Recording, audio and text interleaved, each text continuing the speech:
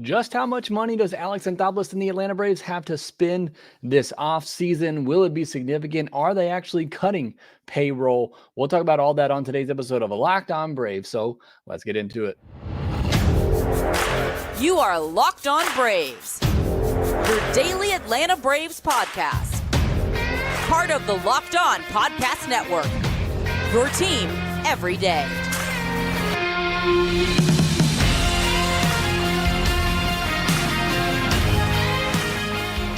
Hey, and welcome back to Locked On Braves, part of Locked On Sports Atlanta, where we cover your favorite Atlanta sports teams each and every day.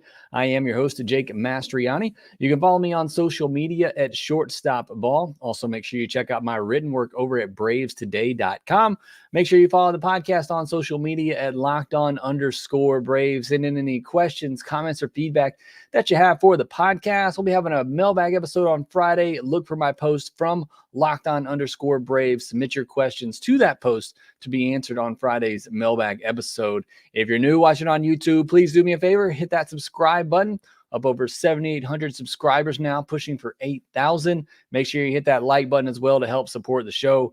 I do a lot of these off-season podcasts live, so if you want to join those, usually starts around 9 Central, 10 Eastern. I know it's a little late for some people, but hey, got to put the kids to bed, got to get ready for a show and come down here. And I appreciate so much those who take the time out of their day to join me live. But whether you watch live or the replay, I appreciate each and every one of you and all the support that you give me here at Locked On Braves. And again, with the Thanksgiving holiday on Thursday, I want to wish you all a great and happy Thanksgiving and just tell you how thankful I am for you and the support that you give me here at Locked On Braves. With all of that, on today's episode, we're going to be talking about money.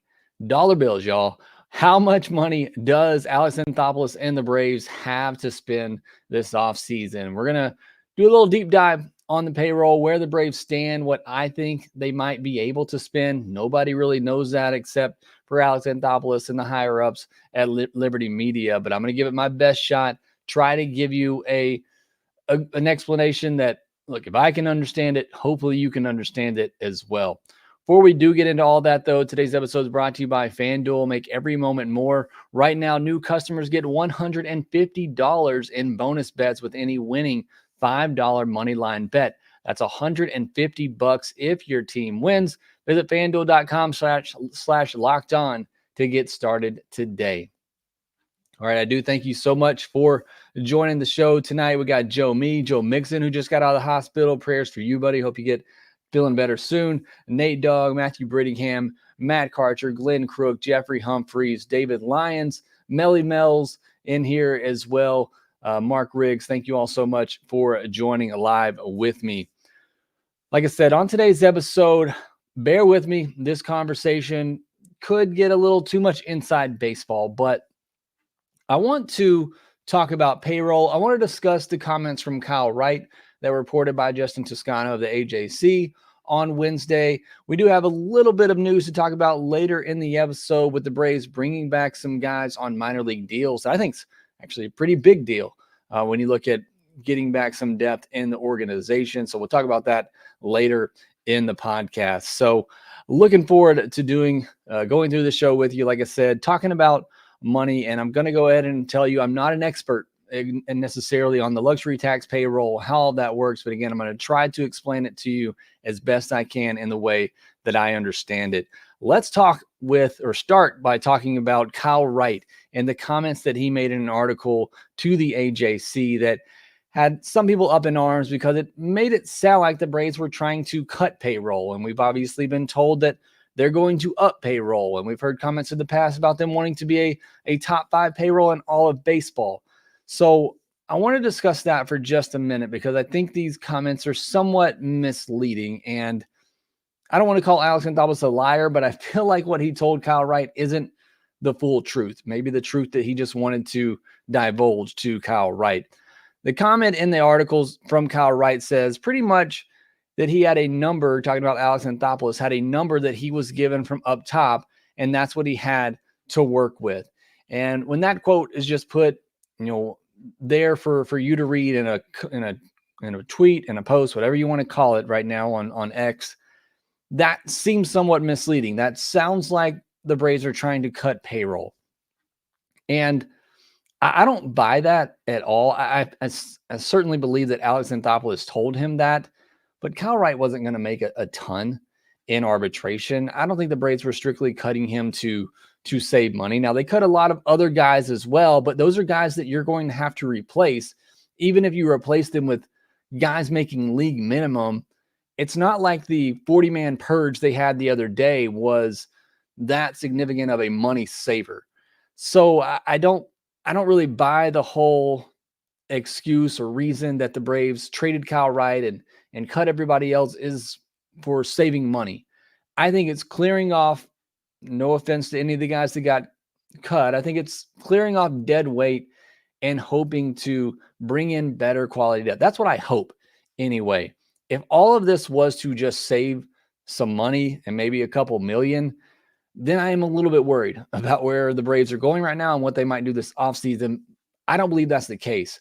I believe the answer, and I hate to put words in somebody else's mouth, but like I said, when the decision was made to trade Kyle Wright, I really think it's because they didn't believe in his health long term. And there's a great article over on FanGraphs talking about just how scary the shoulder injuries are and why, Wright was traded, why Brandon Woodruff was just let go by the Brewers and non-tendered. In that article, this from a study in 2023, it said of the 7 professional pitchers who have undergone this type of shoulder surgery in the study, 6 returned to play some form of professional baseball, but only 3 came back to pitch in the majors again. Those 3, all of them age 28 or younger, had recovery times of 14.6 months, 17.7 months, and 18.8 months. So based on, again, a very small sample size, it's about a 50-50 chance that Kyle Wright even makes it back from this shoulder surgery that he's having. And even if he does, it sounds like the timeline could be more like we miss a season and a half. And so then you have a year and a half of control of a pitcher that, again, you don't know that he's going to be able to get back to where he was. What they just went through with Soroka, paying him $3 million a year for several years, hoping he was going to get back to himself. I think they just said, let's not do that again. Let's just cut ties. So I think that's the real reason they traded Kyle Wright. Did they save a little bit of money in the process of doing that? Sure, but I think the main reason was they just don't believe in the long-term health of Kyle Wright. That's unfortunate. Wish the best for Kyle Wright and Brandon Woodruff, both great pitchers, seem like great guys. Hopefully they are able to come back, but the odds are just against them. Getting back to the point of how much the Braves actually have to spend, again, like we talked about in yesterday's podcast, if the Nola rumors are true and what the Braves actually offered him, then there is money to spend on the right player. We talked about that a lot yesterday. There is money there that the Braves have, but is it only on a specific player? And did Aaron Nola just happen to meet those requirements as somebody who you feel comfortable injury-wise, that he's going to give you a lot of innings and he can pitch well in the postseason? Is there another guy like that out there? Again, Yamamoto seems safer, but just because he's younger.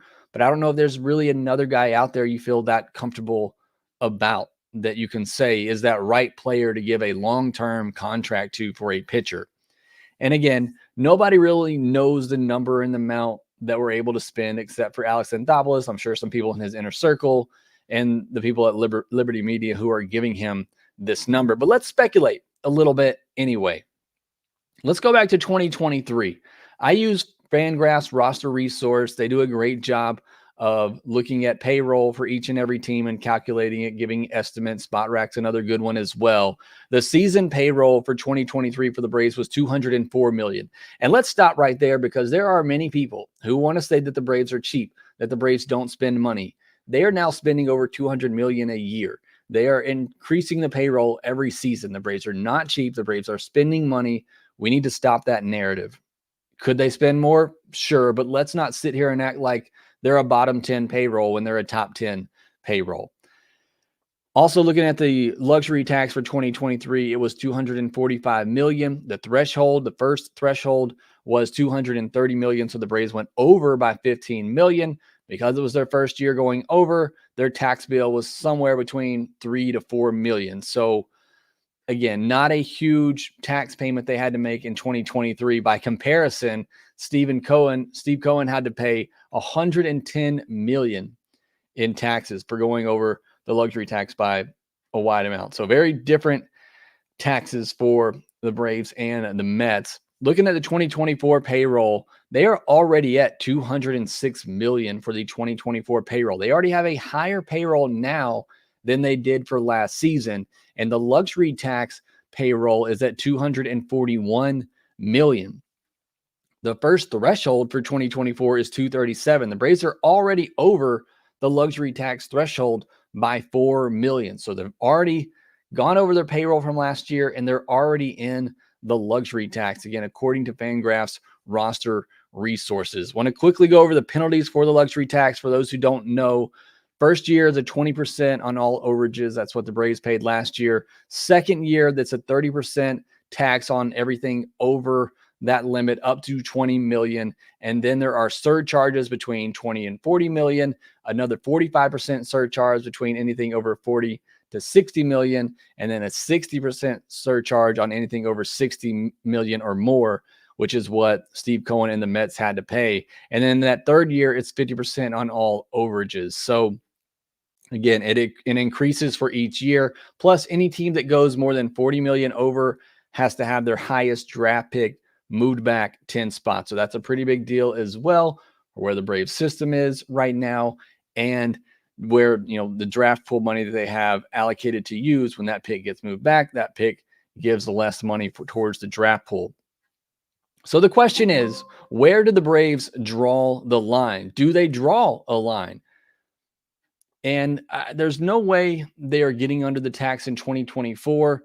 So the question in my mind is, how far over the tax are they willing to go? And again, it's not anything that any of us are going to know for certain, but it's definitely something I want to speculate on a little bit more and talk about here next. Get in on all the action this NFL season with FanDuel, America's #1 sportsbook. Right now, new customers get $150 in bonus bets with any winning $5 moneyline bet. That's $150 if your team wins. If you've been thinking about joining FanDuel, there's no better time to get in on the action. You got NFL, NBA, NHL, all of that going on right now. I still miss baseball. I told my wife the other night, I cannot wait until baseball season returns. We're not even to December yet. But if you're one of those people who like other sports and get into it, you can do so over on FanDuel. They have spreads, player props, over-unders, and more. They also have some Thanksgiving specials if you're sitting around watching Thanksgiving football games as well. So you can get in all of that over at FanDuel. Go to FanDuel.com/lockedon to get in on the action. Also, make sure you visit FanDuel.com/playsafe for tools and resources to help you stay in control of the way you play. FanDuel, official partner of the NFL. Locked On has launched the first ever national sports 24/7 streaming channel on YouTube. Locked On Sports Today is here for you 24/7, covering the top sports stories of the day with local experts of Locked On, plus our national shows covering every league. Go to Locked On Sports Today on YouTube and subscribe to the first ever national sports 24/7 streaming channel. Getting back into this discussion of the payroll and just how much do the Braves have to spend, I've already said they can't get under the luxury tax for 2024. The only question is, how far over are they willing to go? My opinion, nobody else is really going to know this. Nobody is going to know this, like I said, except for Alex Anthopoulos, his inner circle, and Liberty Media. My speculation is that they would be willing to go up to $40 million over. That's when the surcharge gets pretty expensive, and when you start messing with draft picks. That means the Braves could go to a luxury tax of $277 million. So looking at the Nola example, if the Braves really were willing to go to $27 million a year on Aaron Nola, that would put their luxury tax number at around $268 million. Pretty much maxes out anything they could do this year with, another 8 roster spots to fill. But that's what it looks like. And my opinion, I think that's how high they would be willing to go. So what does that look like beyond looking at after 2024? They could have 67 million coming off the books with Morton, Freed, Travis Darno, Ozuna, and Minter all potentially coming off the books next year. That's 67 million that could be freed up. They don't have anyone that should be getting a big bump in arbitration next year. They've already locked up guys like Spencer Strider, Michael Harris that would be getting those big bumps in arbitration. So the 2025 estimated payroll right now is 142 million. That's not including arbitration, but even so, at most you probably tack on 15, 20 million. So you're still looking really good for 2025. The estimated luxury tax for 2025 is 159 million. And the threshold for that's going to go up another, I believe, 3 million for 2025. So while there's no chance the Braves get under in 2024, there is a chance that next year they could still make moves and they could stay under the luxury tax. And I got to think that's the game plan, because that tax gets a lot bigger in that third consecutive season. So even if the Braves sign somebody this offseason with a $25 million AAV, you should have a shot at getting under the luxury tax next year. Of course, they're going to have to find a way to replace some of those guys with the production lost of Freed, Morton, Ozuna, Minter all gone. Bullpen signings this offseason have already helped replace Minter in my mind. Hopefully AJ Smith-Shawver or Hurston Waldrop are ready to take one of those rotation spots to fill Max Fried and Charlie Morton. Hopefully Vaughn Grissom or something else is solved this offseason with left field. Maybe Drake Baldwin's ready to take over the DH at that point. Really aren't many other holes to fill. So I believe that if the Braves wanted to get under the luxury tax next year, they certainly could. I think there's an opportunity to do that. Or, and probably what many of you are hoping, are we seeing a new era of Braves baseball and in the front office? And are we just going to continue to blow past the luxury tax during this window that the Braves are in? That's what I'm hoping for, and I'm sure that's what many of you are hoping for. I doubt that. Again, just what I've seen from the history of the Braves, and they are spending money. I'm not trying to say they're not, but again, it's one of those things. I have to see it to believe it. So that is a possible scenario. If the right comments are to be believed, then there is a number. And Alex Anthopoulos has talked about the fact he doesn't worry about the luxury tax and just includes that tax into his yearly payroll. So what is that yearly payroll number? That's what we all would love to know. But for example, last year's luxury tax penalties included the yearly payroll was around 207 million. So does he raise the payroll to 220 million? They've said they want to be a top 5 payroll. Would they increase the payroll to 240 million? So going back to the example of signing an Aaron Nola, if you did that and say that's the only real move you made a couple of other smaller moves, but you still stayed in that 268, 270, payroll range, luxury tax range, or excuse me, just the luxury tax. If we're saying, they sign a big pitcher for 24, 25 million a year, whatever it may be, Jordan Montgomery, Sonny Gray, as Andrew Peary has said, looks like realistic options now. If you sign one of those guys and your luxury tax is at around 168, 170 million, then you're paying almost 10 million in taxes this year. And so you add that to your payroll for this year, which puts your payroll at about 244 million.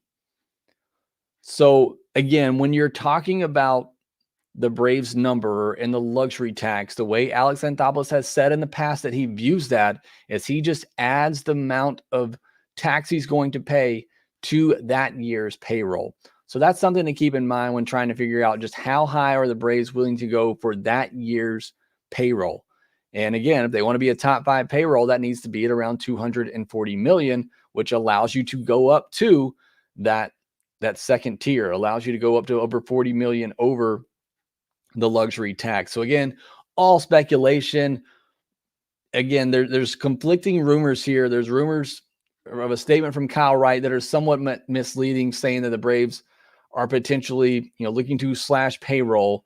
But even Kyle Wright says in that article that hopefully the Braves are doing that in order to spend big, to spend more money. And I certainly hope that is the case. And again, if the rumors are to be believed on Nola, then it does seem like that is the case. But the question is, was Nola just the right guy? Are they willing to spend that money on anybody? Are they willing to go to links for Sonny Gray or a Jordan Montgomery or a Yamamoto or even an Ohtani? That's what we have yet to find out, and we'll be interested to look into this offseason.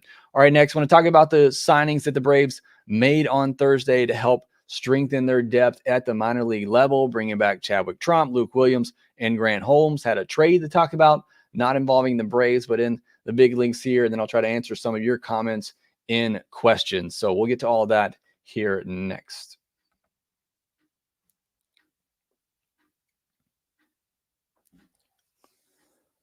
Want to remind you again that Locked On has launched the first ever national sports 24/7 streaming channel on YouTube. Locked On Sports Today is here for you 24/7, covering the top sports stories of the day with local experts of Locked On, plus our national shows covering each league. Go to Locked On Sports Today on YouTube and subscribe to the first ever national sports 24/7 streaming channel. A little bit of news from a Wednesday as we head into the Thanksgiving holiday. The Braves bring back 3 guys on minor league deals: Chadwick Tromp, Luke Williams, and Grant Holmes. Specifically, the Tromp and Williams signings are big because they're 2 guys that give you some solid depth that, if you needed, you could call back up and add to the 40-man roster, and you don't have to have them on your 40-man roster right now. So those are huge depth signings. Doesn't mean much in the grand scheme of things. We may never see these guys, but Chadwick Tromp's been a solid, third catcher hiding out in the minor league. So I was really happy to get him back. And Luke Williams was a guy that had some time up on the roster later in the season and gives you some of that middle infield depth that the Braves gutted as part of that 40-man purge. So glad to have both those guys back. And Holmes was solid at AAA last year, has yet to make his big league debut, but he has some solid numbers at AAA. Again, Braves bullpen is so deep, probably won't see him, but they're just in case. And then the trade that I mentioned, the Mariners traded Eugenio Suarez to the Diamondbacks. So the Diamondbacks get a third baseman there. My question to that is, what are they going to do with Geraldo Perdomo? And, with Jordan Lawler coming up, likely to take over shortstop, I thought Perdomo would move to third, or maybe you move Lawler to third and keep Perdomo at shortstop. I'm not saying I love Perdomo as a long-term shortstop fit for the Braves, but I'd be pretty interested in maybe what they want for him or what their plans are for him. And if the Braves, view him as a potential shortstop of the future. I know the defense there is pretty solid, hasn't exactly come around with the bat, but was once, a pretty highly regarded prospect. So again, I'm always looking for the Braves to try to upgrade at the shortstop position. Nothing against Orlando Arcia. He's just not the long-term answer for me. So, is Perdomo available? I certainly would check in on that. He hit 246 last year, 712 OPS, 96 OPS plus. So again, league average hitter, was pretty solid defensively. So again, nothing crazy there. But again, is still pretty young. I would at least check in on it and see what they plan to do with him, if they are open to moving him, and if the Braves think that he is a good fit. The batted ball data is not great, but he is somebody that makes a lot of contact, walks, and like I said, has some really good range at shortstop. So again, not saying it would be a great fit or the Braves would even do it, but is something that did intrigue me when I saw that Suarez trade going down. Looking at some of the questions here, Luke Martin says, do we think the Braves are definitely going to let Fried go? If we're talking about guys they should pay, Fried is still the one in my view. Tired of seeing them let go of their best guys year after year. Yes, I think they're going to let Fried go. Again, we talked about this yesterday. If the Nola rumors are true, that signifies to me that Fried is gone, because I'm right there with you, Luke. And maybe the Braves don't view it this way. Maybe they trust the durability of Nola more than they do Fried, and it's why they might be more comfortable giving that money to Nola over Fried. But in my mind, Fried is still the better pitcher. And if I'm going to go to 26, 27 million a year on anybody right now, it's going to be Max Fried. So that to me signifies that Max Fried is likely gone after this season.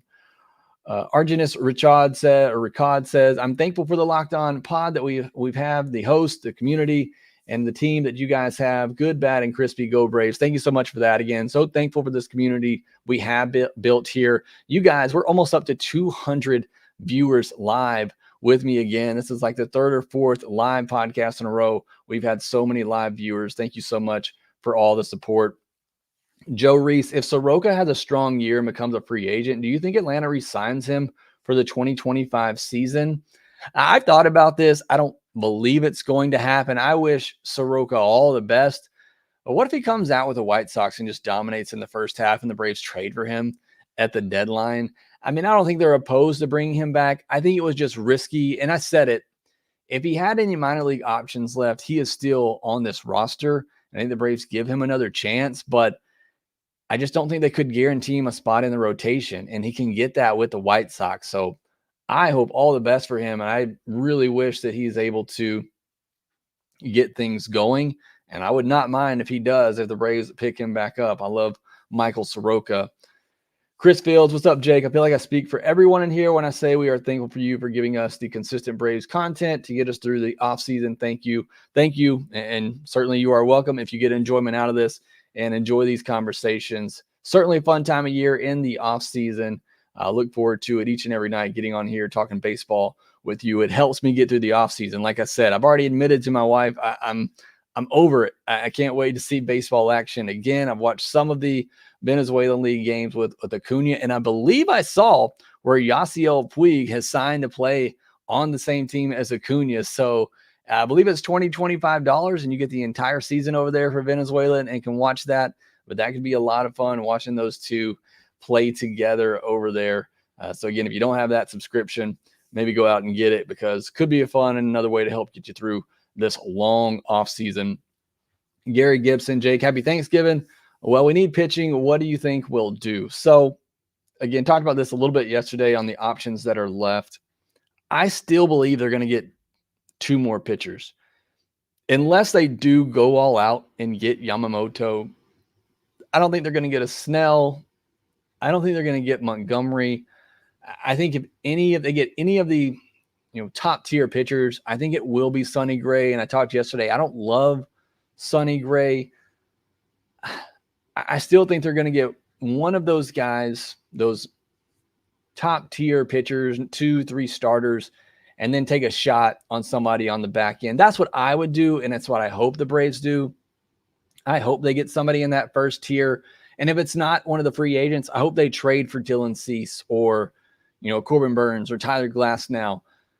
I hope they get, a mid top of the rotation guy they feel really confident about, and then take a flyer on somebody for the back of the rotation.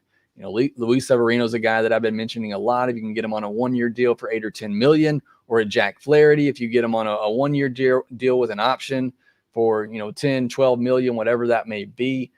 That's what I would do if I'm the Braves, and I hope that's what they do. Just build out this rotation. Your lineup, your offense is set. It is good. It is good for years. Try to shore up this starting rotation right now to make sure that you have plenty of options. David Lyons, if the Braves spend money on starting rotation, does that force their hand to put Grissom in left field? I think it does. At the very least, they're going to have to get a bench outfielder. And so if they do feel like they're backed in the corner and they don't have the money to fill starting pitching and go get a left fielder, and you want to go into the season with Vaughn Grissom, penciled in, ready with that eraser as your left fielder, then you get somebody solid for the bench that you feel like can come in if needed, because there's really nobody else. And they didn't protect Jesse Franklin. Not that I think he was ready, but he's not protected in the Rule 5 draft unless they get somebody in the Rule 5 draft, which I don't think there's anybody out there that would fit that bill.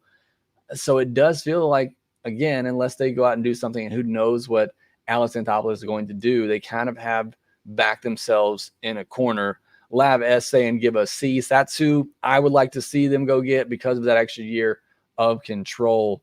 The Wild One, Braves. So if we can't get a big name, then we trade for one. Dylan Cease is the other guy I like, but if we do go after a big name, then it should be Yamamoto. He's a future superstar. I'm right there with you. Again, talked about Yamamoto yesterday. I think he just makes a lot of sense, but he makes a lot of sense for a ton of teams, which is why his agent has said that nearly half the league has already checked in on him, and he was just posted on Monday. So, I mean, that's going to be a pretty huge bidding war, and the posting fee that you have to pay. I think if you're going to get a top of the rotation starter this offseason, it's going to have to be through a trade. And again, if you can get any trade done without giving up Hurston Waldrop or AJ Smith-Shawver, it's a huge win for the Braves. But it's hard for me to see them making a trade for a Cease and maybe even a Corbin Burns without giving up one of those two guys. All right, I think that will do it for this episode of Locked On Braves. Thank you so much for the comments. While we do have so many people in here now, it does make it a little bit more difficult to keep up with the comments and the questions, but I appreciate it so much. I hope you all have a great and happy Thanksgiving. Again, unless something breaks, we'll have no podcast on Thursday on Thanksgiving Day, but we'll be back Friday night with a mailbag episode. So get your questions ready for that. If I didn't get to your questions today on this podcast, get them ready and submit them for Friday's episode. Again, one more time, thank you for all the support. Hope you have a great Thanksgiving holiday. Make sure you subscribe on YouTube, hit that thumbs up button. Make sure that you rate, review, and subscribe to the Locked On Braves podcast wherever you get your podcast, and we will talk to you next time.